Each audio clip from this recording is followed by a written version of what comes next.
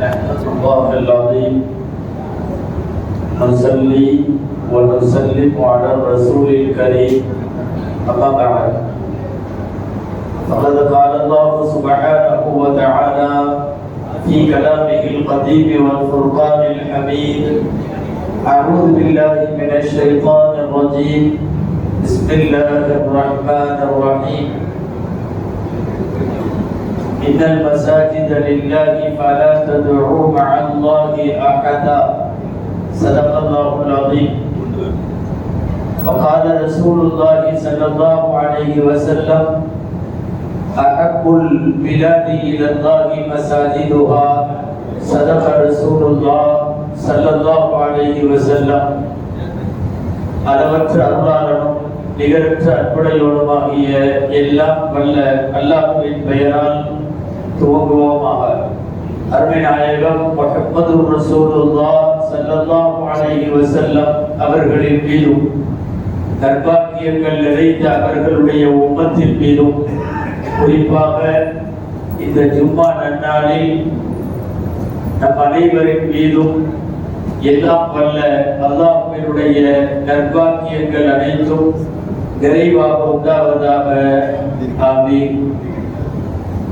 அல்லாஹ்வின் பேரருளால் மதீனத்துல் உலூம் மஸ்ஜித் அண்ட் மதரசா என்ற பெயரில் துவங்கப்பட்டு அல்லாஹ்வுக்காக இன்று அர்ப்பணிக்கப்பட்டிருக்கக்கூடிய இந்த பள்ளிவாசலை அல்லாஹ் கபூல் செய்வானாக. கியாமத் நாள் வரை தொடர்ந்து இங்கே தொழுகைகள் நடைபெறவும் அந்த தொழுகைகள் ஒப்புக்கொள்ளவும் அல்லாஹ் கபூல் செய்வானாக. இந்த பள்ளிவாசல் உருவாக்கத்திற்காக வேண்டி பாடுபட்ட கண்ணகி நகர் சுன்னத்துல் வல் ஜமாஅத் மஸ்ஜிதினுடைய மதிப்பிற்குரிய நிர்வாகிகள் அல் ஃபத்ஹ் ட்ரஸ்டினுடைய அன்பார்ந்த பெருமக்கள், இந்த பகுதியினுடைய உலமாக்கள் அனைவருக்கும் இன்னும் இந்த பள்ளி உருவாக்குவதற்கு எல்லா வகையிலையும் ஒத்துழைத்த அத்தனை பேருக்கும் அல்லாஹ் சிறந்த நற்கூலிகளை வழங்குவானாக என்ற துஆவோடு துவங்குகிறேன். அன்பானவர்களே, உலகம் முழுக்க பள்ளிவாசல்கள் மாத்திரம்தான் அதிகமாக கட்டப்படுகிறது அல்லது அதிகமாக விரிவாக்கம் செய்யப்படுகிறது. இடம் போதவில்லை என்று அக்கம் பக்கத்து இடங்களை வாங்கி மேலும் பள்ளிவாசலை விரிவுபடுத்துகிறார்கள். கிரவுண்ட் ஃப்ளோரில் இடம் போதவில்லை என்று முதல் மாடி இரண்டாவது மாடி என்று கட்டிக்கொண்டே போகிறார்கள். புதிய பள்ளிவாசல் கட்டுவதும் பழைய மஸ்ஜிதுகளை புனரமைப்பதும் தொடர்ந்து நடைபெறுகிறது. இங்கல்ல உலகம் முழுக்க. நீங்கள் இந்தியாவின் எந்த பள்ளிவாசலிலே போய் சும்மா தொழுதாலும் தொழுகை முடிந்த பிறகு அங்கே ஒரு சப்தம் கேட்கிறது, எங்க ஊர் பள்ளிவாசல் கட்டுறதுக்கு உங்களால முடிஞ்ச நிதி உதவி கொடுங்க என்ற சப்தம் கேட்கிறது. நான் எதற்கு சொல்லுகிறேன்? உலகத்தில் பல்வேறு நாடுகளில் சமய வழிபாட்டு தலங்கள் காலியாக இருக்கிறது. தொழ ஆள் இல்லை, வணங்க ஆள் இல்லை. பல கடவுள்களின் தேவாலயங்கள் உட்பட கடவுளை வணங்குவதற்கு ஆள் இல்லாமல் காலியாய் கிடக்கிற ஒரு சூழ்நிலையில் பள்ளிவாசல்களில் மாத்திரம்தான் இடம் போதவில்லை என்றொரு சூழல் உருவாகிறது. இன்னமும் அதிகமாக விஸ்தீர்ணம் செய்யப்பட வேண்டும், புனரமைப்பு செய்யப்பட வேண்டும் என்கிற ஒரு சூழல் உருவாகிறது. குறிப்பாக ஐரோப்பிய நாடுகளில் பல ஆலயங்களை வெள்ளிக்கிழமை நாங்கள் வாடகைக்கு தருகிறோம், எடுத்துக் கொள்ளுங்கள், காரணம் இங்கு வருவோர் இல்லை, இங்கு வணங்குவோர் இல்லை என்று காலியாக கிடக்கிற சூழ்நிலையில் உலகம் முழுக்க கட்டப்படுகிற விரிவாக்கப்படுகிற பள்ளிவாசல்களின் வரிசையில் இங்கே இந்த கண்ணகி நகர் பகுதியினுடைய மதீனத்துல் உலூம் என்கிற இந்த பள்ளிவாசலும் ஒன்றாய் அடங்கும். அன்பானவர்களே, அல்லாஹ்விற்காக ஒரு இடத்தில் வக்ஃப் செய்யக்கூடிய பள்ளிவாசல் கியாமத் வரை அது வக்ஃபாகவே இருக்கும். நீங்கள் பலமுறை கேள்விப்பட்டிருக்கலாம், இந்தியாவிலே மிகுந்த சர்ச்சைக்குரிய சொல் இன்றைக்கு வக்ஃப் என்ற சொல். வக்ஃப் என்ற அரபி வார்த்தைக்கு என்ன பொருள்? நீங்கள் அரபி டிக்ஷனரியில பார்த்தால் தெரியும். நிறுத்துதல் என்று பொருள்.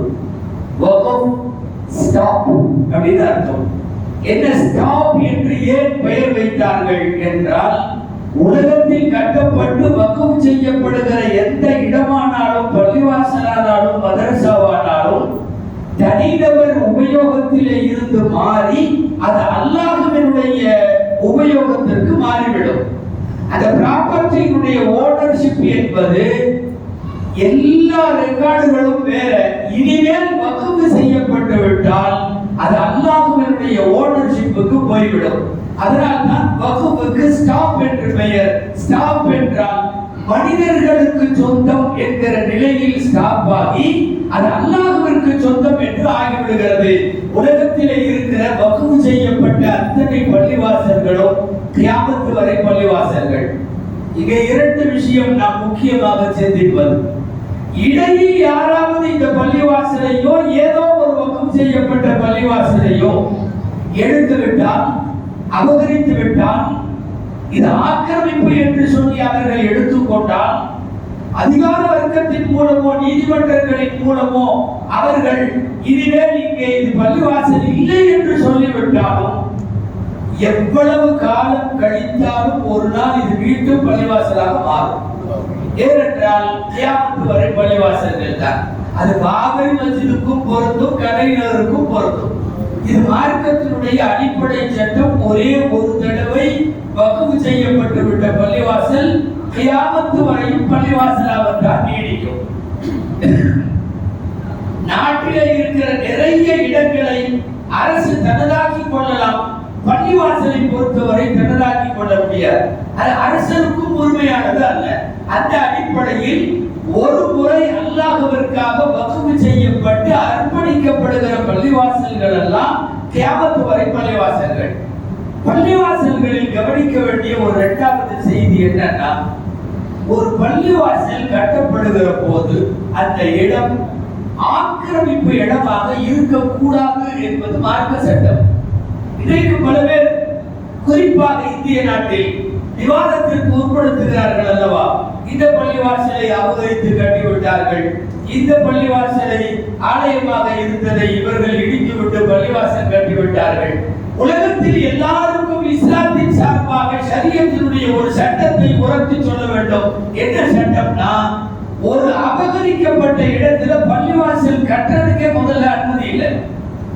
எப்படி உங்களுக்கு ஆகம விதிகள் இருக்கிறதோ, உங்களுடைய ஆலயங்களுக்கு என்று சட்டங்கள் இருக்கிறதோ, அதுபோல மஸ்ஜிதுக்கு என்று சட்டம் உண்டு. என்னன்னா, ஆக்கிரமிக்கப்பட்ட இடத்தில் கட்டக்கூடாது. ஒருத்தர் அநியாயமாக திருடி எடுக்கக்கூடாது. ஒருத்தர் அப்படியாக நிர்பந்தம் செய்து ஒரு இடத்தை வாங்கி பள்ளிவாசல் கட்ட முடியாது. கட்டணா செல்லாது. ஜும்மா தொழுகையினுடைய சட்டங்களிலே கூட, குறிப்பாக கொரோனா காலங்களில் மிக அதிகமாக கேட்கப்பட்டு உலகம் முழுக்க ஃபத்வாக்களாக கொடுக்கப்பட்ட சட்டம் என்ன தெரியுமா? ஒரு அனுமதி இல்லாமல் அடுத்தவர்களுடைய இடத்தில் ஒருவேளை தொழுதால் கூடாது, ஒருவேளை பள்ளிவாசல் கட்டினால் கூடாது. நீண்ட வரலாறுகள் சொல்ல நேரமில்லை, ஆனால் சுருக்கமாக ஒரு விஷயம் சொல்ல முடியும். கலீஃபாக்களின் காலத்தில் ஆர்வ கோளாறில் சில மாநிலங்களின் ஆளுநர்கள் பக்கத்திலே இருக்கிற யூதர்களுக்கு அல்லது வேறு சமயத்தை சார்ந்தவர்களுக்கு சொந்தமான இடத்தை அப்படியே அவங்களை காலி பண்ணி அதை பள்ளிவாசலோடு சேர்த்தியதற்கு பின்னால் ஜனாதிபதியாகிய உமர் ரலியல்லாஹு அன்ஹுவின் கவனத்திற்கு இது கொண்டு செல்லப்பட்டு அவர்கள் திரும்ப பள்ளிவாசல்ல இருந்து அந்த இடத்தை கட் பண்ணி யாரு சொந்தமோ அந்த யூதனுக்கு திரும்ப கொடுத்து விட வேண்டும். அவன் மனம் பொருத்தம் இல்லாமல் பள்ளிவாசலுக்கு சேர்த்தது கூடாது என்று சொல்லி சேர்க்கப்பட்ட இடத்தை மீண்டும் யூதர்களுக்கு வழங்கிய நிகழ்வு நமக்கு இருக்கு. காரணம் என்னன்னா, அடுத்தவர்களுடைய இடத்தை, நிலத்தை, ஆலயத்தை, வீட்டை ஆக்கிரமித்து ஒரு பள்ளிவாசல் கட்ட முடியாது என்பது அல்லாஹ் ரசூல் வகுத்தளித்திருக்கிற ஷரியத் சட்டம். அந்த அடிப்படையில் எந்த ஒரு இடத்தையும் ஆக்கிரமிப்பு செய்து பள்ளிவாசல் கட்டுவதில்லை. இன்னைக்கு ஒரு பொய் பிரச்சாரம் அப்படி நடக்கிறது. இதை எடுத்துக்கிட்டாங்க பள்ளிவாசலுக்கு, அதை எடுத்துக்கிட்டாங்க பள்ளிவாசலுக்கு. சரி, யாருப்பா எடுத்தா? முகலாய மன்னர்கள் எடுத்துக்கொண்டார்கள். இது யோசித்து பார்த்தால் அறிவு சார்ந்து அப்பட்டமான பொய். ஏன்னா நாடு முழுக்க 1000 அவங்களுக்கு இருக்குது. அவங்க ஒரு பள்ளிவாசல் கட்டுறதுன்னா ஒரு கையெழுத்து போட்டு 500 ஏக்கர் எடுத்துக்குவாங்க. அவங்க எதுக்கு இங்க இருக்கிற ஒரு 2400 ஸ்கொயர் ஃபீட் மட்டும் வேணும்னு அனுப்பிப்பாங்க. இதுல இன்னொரு அதிசயம் என்ன தெரியுமா?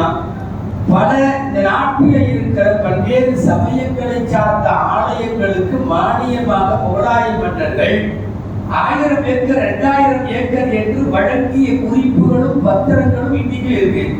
உங்களையே கூப்பிட்டு 1000 ஏக்கர் இனாமா கொடுப்பாரமா, அவர் பள்ளிவாசல் வேணுங்கிறப்ப இந்த இடம் தான் எனக்கு வேணும்னு சொல்லுவார் என்பது லாஜிக்காகவே இந்த நாட்டில் செய்யப்படுகிற இட்டு கட்டப்படுகிற பிரச்சாரம். அன்பானவர்களே, ஞானவாபி பள்ளிவாசல் என்பது இந்தியாவிலே கடந்த ஆண்டு கடுமையான சர்ச்சைக்குள்ளானது. என்னன்னா முகலாய மன்னர்கள் அதை எடுத்துட்டாங்க, அது ஆலயமா இருந்துச்சு, பள்ளிவாசல் ஆக்கிட்டாங்க, இது ஆக்கிரமிப்பு, இங்க பூஜை நடத்தணும், அப்படி இப்படி எல்லாம் நீதிமன்றத்தில் வழங்கின விஷயம் என்ன தெரியுமா? இன்னைக்கும் ஞானவாபியருடைய அந்த இடத்தில் ஏன் அவர்கள் மிக அதிகமாக சொல்லிக் கொண்டிருக்கிற காசி ஆலயத்தில் ஆபீஸ்லயே போய் நீங்க அலுவலகத்துல போய் உங்களோட பத்திரம் கொடுங்கன்னு கேளுங்க. இன்னைக்கும் காசி விஸ்வநாதர் ஆலயத்தில் ஃபர்மான் பத்திரம்னு சொல்லி ஒரு பத்திரம் இருக்கு. அந்த பத்திரத்துல இருக்குது, இந்த இடம் அனைத்தும் எங்களுக்கு அவுரங்கசீப்பால் இலவசமாக தரப்பட்டது. அவரே 500 ஏக்கர் 1000 ஏக்கர் உங்களுக்கு கொடுக்கிற போது அவருக்கு பள்ளிவாசல் கட்டுறதுக்கு உங்களுடைய 5000 சதுர அடி மட்டும்தான் தேவையா என்பது லாஜிக்காக இந்த நாட்டில் சொல்லப்பட வேண்டும். நாம சொல்ல வர்றது, ஒரு பள்ளிவாசல் என்பது எங்க வகுப்பு செஞ்சு அல்லாஹ்வுக்கு அர்ப்பணிச்சாலும் அந்த இடம் ஆக்கிரமிப்புல கட்ட மாட்டோம், அடுத்தவங்க மனசை உடைச்சு கட்ட மாட்டோம், நீ போன்னு சொல்லி வம்படியா காலி பண்ண வச்சு கட்ட மாட்டோம். அவ்வாறு கட்டுவதற்கு அனுமதியும் இல்லை. இந்த இடம் இப்போது வகுப்பு செய்யப்பட்டு விட்டால் இது கியாமத் வரை இது பள்ளிவாசல் தான். கியாமத் வரை பள்ளிவாசல், யாரும் இதுக்கு சொந்தம் கட்ட முடியாது. நேற்று வரைக்கும் வகுப்பு செய்யற வரைக்கும் வேணா இது எங்க இடம்னு யாராவது சொல்லிட்டு இருந்திருக்கலாம். வகுப்பு செஞ்சு தொழுகிறன்னு ஆயிடுச்சு, இது ஒரு நேரத்துல எங்க இடமா இருந்துச்சுன்னு சொல்லலாம். இப்ப இருக்குன்னு யாரும் சொல்ல முடியாது. அல்லாஹ்வுக்கு சொந்தம். வேடிக்கையாக ஒரு நிகழ்ச்சி சொல்லுவார்கள். மிகப்பெரிய சட்டமேதை ஹனபி மதுஹபின் சட்டங்களை உருவாக்கிய இமாம் அபூ ஹனீஃபா ரஹ்மத்துல்லாஹி காலம், இந்த அரசர் மனைவியை தலாக் விட்டுருவார். அந்த காலத்துல எல்லாம் டிசைனா தலாக் சொல்லுவாங்க. அவர் திடீர்னு நடுஜாமத்துல கணவன் மனைவிக்கு இடையில சண்டை காலையில ஃபஜ்ருக்குள்ள என் ஆட்சிக்கு உட்பட்ட இடத்துல இருந்து நீ வெளியே போகலன்னா நீ தலாக் விட்ட. அந்த மாதிரி ஓடு அழுகுது. ஃபஜ்ருக்குள்ள அந்த ஊரை விட்டு வெளியே போக முடியாது, நாட்டை விட்டு வெளியே போகணும், இல்லைன்னா தலாக் ஆயிடும். யாராவது ஐடியா கேட்டப்போ அவங்க சொன்னாங்க, இமாம் அபூ ஹனீஃபா ரஹ்மத்துல்லாஹி போங்க, இது தலாக் ஆகுமா இல்லையான்னு சட்டம் சொல்லுவாங்க. போய் இமாமுல்லாஹ் வீட்டை நடுராத்திரி கதவை தட்டி, என் கணவராகிய அரசர் இப்படி ஒரு தலாக் சொல்லிட்டாரு, நான் ஃபஜ்ருக்குள்ள நாட்டை விட்டு எப்படி போவேன், எந்த வாகனத்தில் ஒட்டகத்தில் குதிரையில் போனாலும் போய் சேர முடியாதுன்னு கேட்டப்போ இமாமுல்லாஹ் சொன்னாங்க, உங்க வீட்டுக்கு பக்கத்துல பள்ளிவாசல் இருக்கானா? ஆமா இருக்கு, பள்ளிவாசலுக்குள்ள போய் உட்காந்துக்கோ. நாடு பூரா அரசனுக்கு சொந்தம், ஆனா பள்ளிவாசல் அல்லாஹ்வுக்கு சொந்தம். அதனால நீ அங்க போய் இருந்துட்டா தலாக் ஆகாதுட்டா. அதே மாதிரி அந்த அம்மா போய் கரெக்டா ஃபஜ்ர் வரும்போது பள்ளிவாசலுக்குள்ள உட்கார்ந்துருக்குது.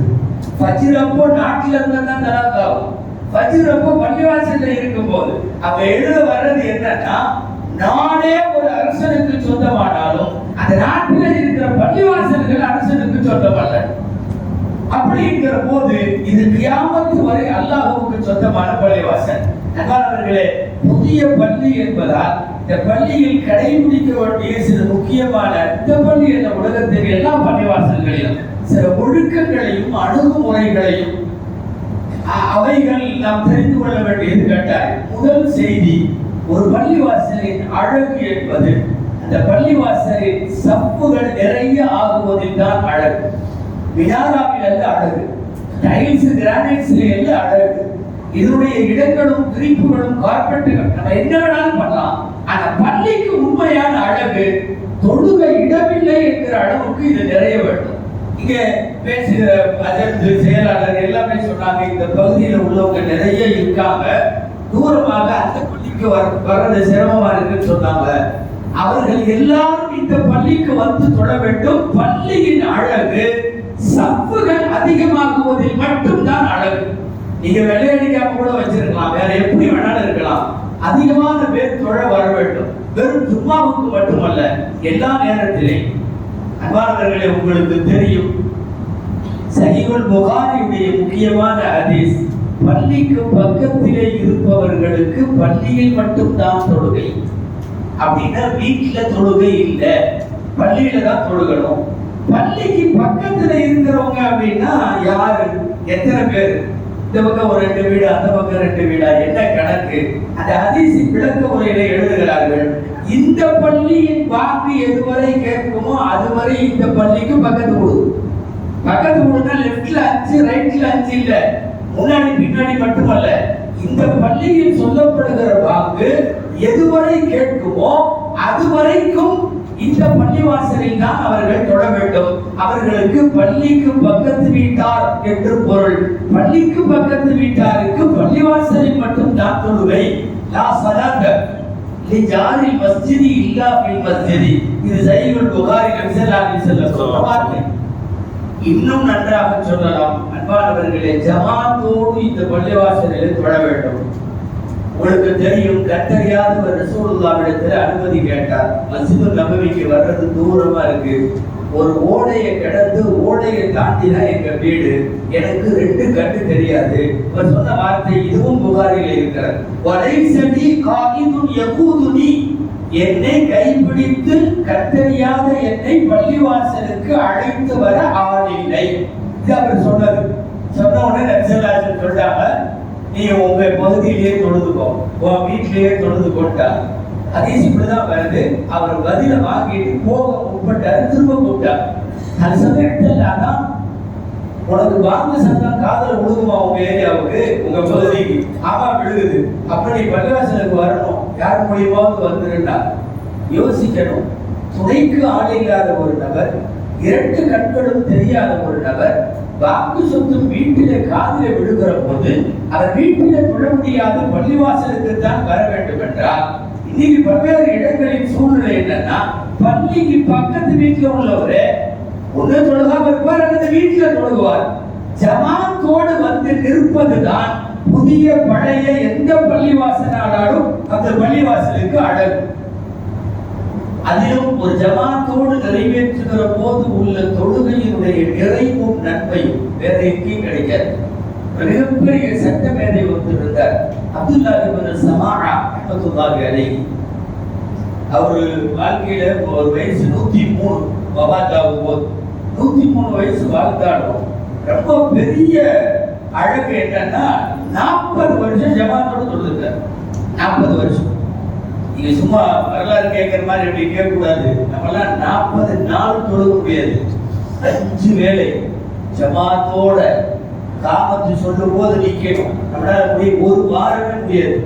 அவர் 40 நாள் அல்ல, மாசம் அல்ல, வாரம் அல்ல, 40 வருஷம். 40 வருஷம் ஒரு பக்கத்து கூட தப்பீர் இல்லை. காமத்து சொல்லும் போது இருப்பார். அப்துல்லாஹ் இப்னு ஸமாஆ ரஹ்மத்துல்லாஹி அலைஹி கடைசி அவருடைய வஃபாத்துக்கு முன்னாடி 40 வருஷம் கட்டி காத்த ஜமாத்து ஒரு நாள் பேசி அவங்க அப்பா மவுத்து, கஃன் டஃபன் வேலைகள் எல்லாம் முடிச்சுட்டு வேகமா பள்ளிக்கு வர தொழுக முடிஞ்சிருச்சு. அழுதார், ரொம்ப அழுதார். ஏன்னா இது வெறுமனே ஒரு வாரம் 2 வாரம் கரெக்டா ஒரு கண்டினியூவா பக்துவாலிட்டியா இருந்து காப்பாத்துறதல்ல. 40 வருஷத்தினுடைய ஒரு பெரிய சாதனை ஒரு நேரத்துல உடைஞ்சிருச்சு. அழுதார் பள்ளியில, தலையை முட்டிட்டு அழுகிறார் பள்ளிவாசல்ல. இப்படி ஆயிடுச்சு. இதுக்கு ஒரு நல்ல காரணம் கூட. நம்மள சும்மா தலைவலின்னா 2 நாள் படுத்துவோம். தாயார் வஃபாத்துக்கான கஃன் தஃபன் வேலைகளை முடித்துவிட்டு வருவதற்குள் ஏற்பட்ட காலதாமதத்தில் ஜமாத் முடிஞ்சிருச்சு. அவரு உட்கார்ந்து யோசிச்சுட்டு அழுதுட்டு ஒரு ஹதீஸை வச்சார். ஜமாத்தோடு தொழுவது தனியாக தொழுவதை விட எத்தனை மடங்குங்க? 27 மடங்கு சிறந்தது. இது ஹதீஸ்.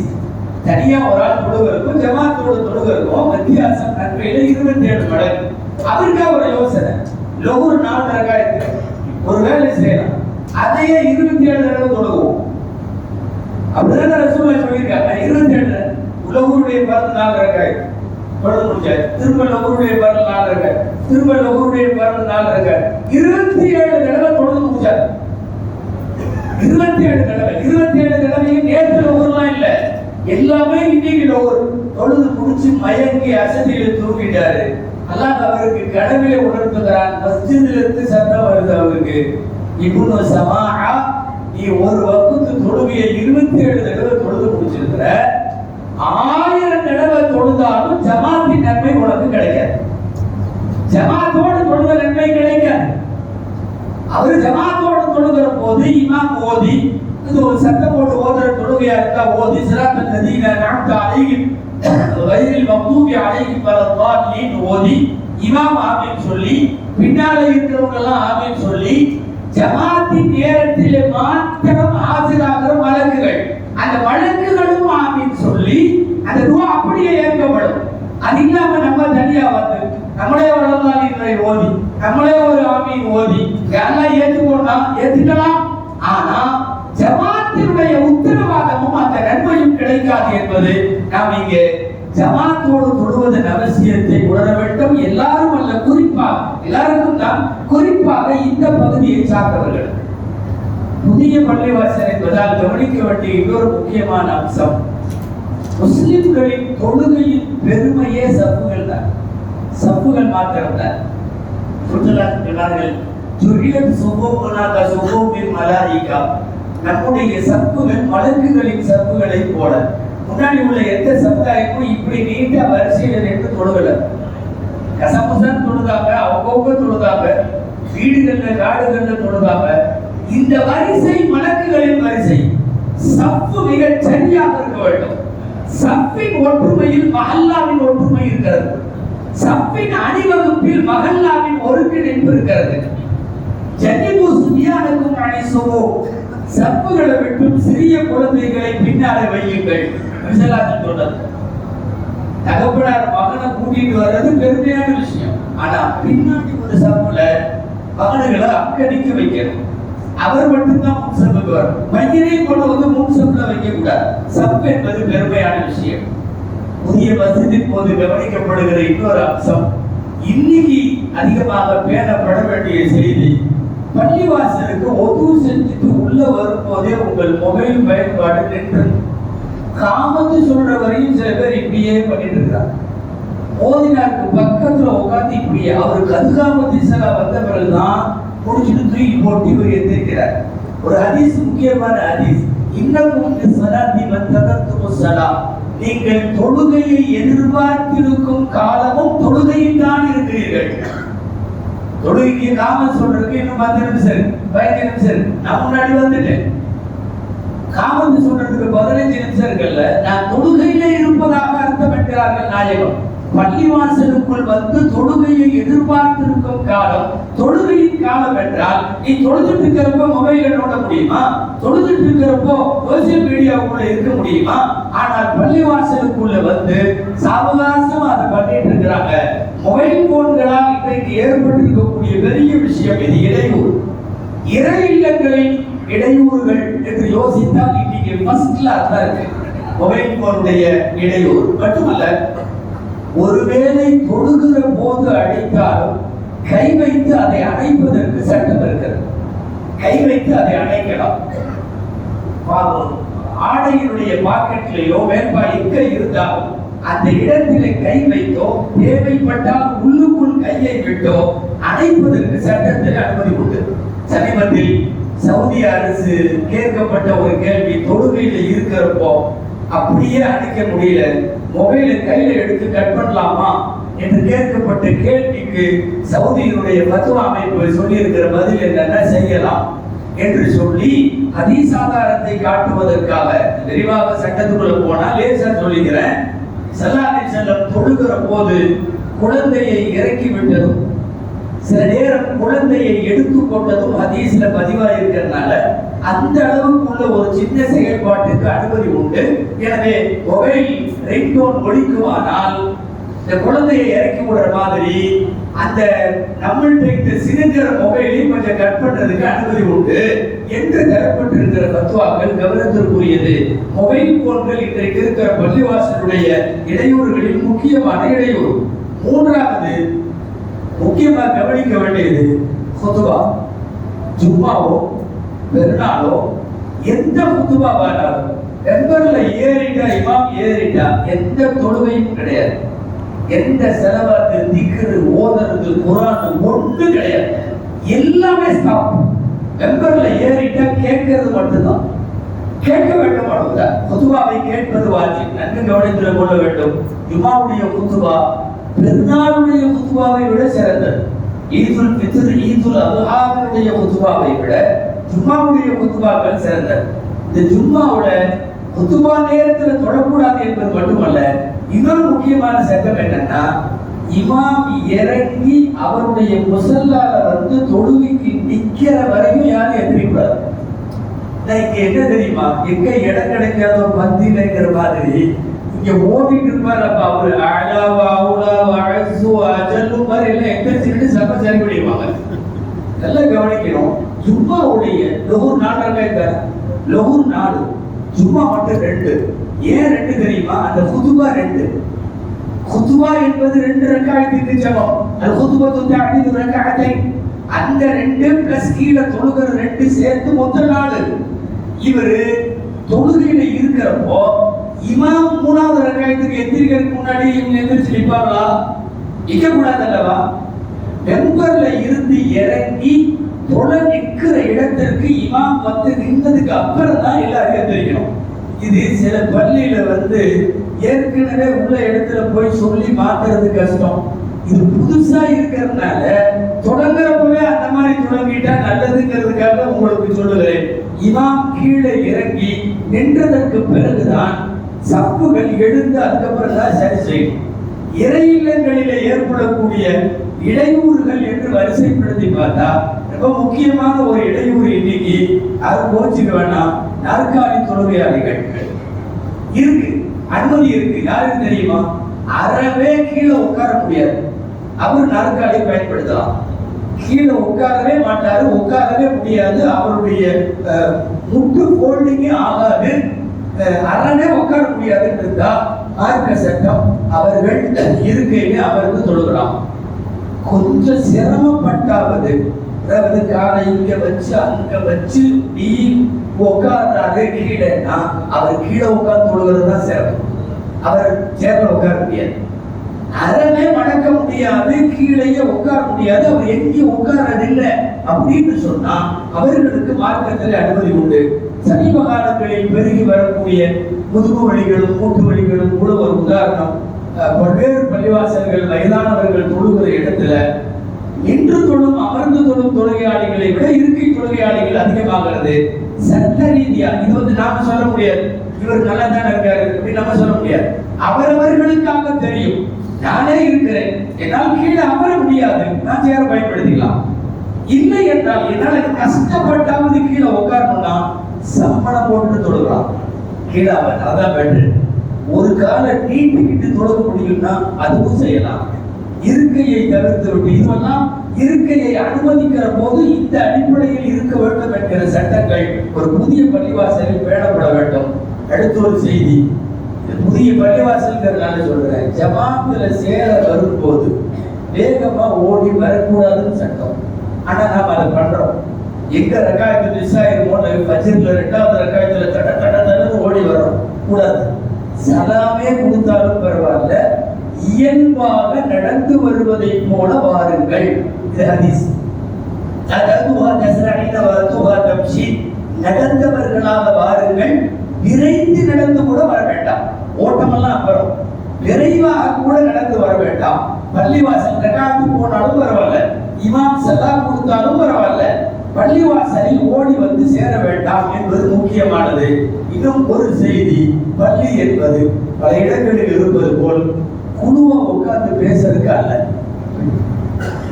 விஷயமா பயான் விஷயமா அல்ல, சும்மா அரட்டை அடிக்கிறது தவறு. சாப்பிடுறத உட்கார்ந்து உள் பள்ளிவாசலை பயன்படுத்தி தவறு. சப்தங்களை உயர்த்துவது, அதாவது தேவையான தொழுகை போன்ற நேரம் அல்லாமல் சாதா நேரத்துல நிர்வாகியா இருந்தாலும் தப்பு, அஜர்த்தா இருந்தாலும் தப்பு. சப்தம் உயர்த்துகிற இடம் அல்ல பள்ளிவாசல்கள். கியாமத்து நாளைக்கு முன்னால் அக்கிரமங்கள் பெருகுகிற அடையாளங்களின் வரிசையில் நாயகம் பள்ளிவாசல்களில் சப்தங்களும் கூச்சல்களும் பெருகும் என்று சொல்லி இருக்கிறார்கள். இதுவெல்லாம் புதிய மஸ்ஜிதில் இனிமேல் தொன்று நடைபெறும் மஸ்ஜிதுகளில் கவனிக்கப்பட வேண்டிய கடைசியாக ஒரு செய்தி. அதோடு இந்த உரை முடியும். அன்பானவர்களே, இந்த மஹல்லாவின் மக்கள், இவங்களுக்கு குழந்தைகள் மதரசா இங்கு துவக்கப்பட வேண்டும். எல்லா வீட்டு குழந்தைகளும் அந்த மதரசாவிற்கு இங்கு அனுப்பப்பட வேண்டும். ஒரு விஷயம் நல்லா தெரிஞ்சுங்க, அகில உலக அளவில் ஒரு சமயத்தின் குழந்தைகள் அவர்களுடைய வழிபாட்டு தனத்துல கனெக்டா இருக்கிறது இஸ்லாத்துல மட்டும்தான். எந்த ஒரு சமயத்திலேயும் அந்த ஒவ்வொரு வீட்டு குழந்தையும் தினந்தோறும் அவர்களுடைய ஆலயத்தோட இந்த கணக்கு விட்டி உலகத்தில் அல்லாஹ் இஸ்லாத்திற்கு மட்டும்தான் வைத்திருக்கிறார். இன்னொரு செய்தி, இந்தியாவினுடைய மிகப்பெரிய மார்க்க அறிஞர் காலஞ்சென்ற அபுல் ஹசன் அலி நந்தி அவர்கள் லக்னோல இருக்கிற நதுவத்துல் உலமாவினுடைய ஃபவுண்டர், பெரிய மகான், ஒரு அறிவுஜீவி, இன்டலெக்சுவல். அவங்க என்ன எழுதுறாங்க தெரியுமா? எந்த ஊரில் அல்லது எந்த மஹல்லாவில் குழந்தைகள் மதரசா சரிவர கட்டமைக்கப்படவில்லையோ அந்த இடங்களில் வருங்காலத்தில் மதமாற்றங்கள் நடக்கும். எல்லாம் பாதுகாக்க வேண்டும். அதுவும் நம்மை சுற்றி இருக்கக்கூடிய பல்வேறு மக்களுக்கு இடையில் வாய்ப்புகளும் அதற்கான விஷயங்களும் அதிகமாக இருக்கும் என்று தெரிந்தால் வேகமாக இந்த மக்தப் மதரசா வேகமாக்கப்பட வேண்டும். குறிப்பாக பெண்களுக்கும் குழந்தைகளுக்கும் ஒரு மதரசாவை இங்கே நான் அன்பார்ந்த நிர்வாகிகளையும் இங்கு இருக்கிற இமாம்கள் உலமாக்களையும் கேட்டுக்கொள்கிறேன். முழு மூச்சோடு ஒரு மதரசா இணைக்கப்பட வேண்டும். அதிலே இந்த மஹல்லாவின் எல்லா குழந்தைகளும் இணைக்கப்பட வேண்டும் என்பதை முடிவு செய்து கொள்வோம். அல்லாஹ் இந்த பள்ளியை அங்கீகரிப்பானாக, இந்த பள்ளியை கியாமத் நாள் வரை அல்லாஹ் கபூல் செய்வானாக. இவ்வள வருவோருக்கு மன நிம்மதியை அல்லாஹ் தருவானாக. இந்த பள்ளியின் மூலம் பல்வேறு தொழுகையாளிகளை எல்லாம் இந்த மஹல்லாவிலே உருவாக்குவானாக. யார் யாரெல்லாம் இந்த பள்ளிக்கு பாடுபட்டவர்கள், உதவியவர்கள் எல்லோருக்கும் அல்லாஹ் துன்யா ஆகிரத் இரண்டிலேயும் கைது பரக்கத்துகளை வழங்குவானாக. ஆமீன். வஆஹிரு தஅவானா அல்ஹம்துலில்லாஹி ரப்பில் ஆலமீன்.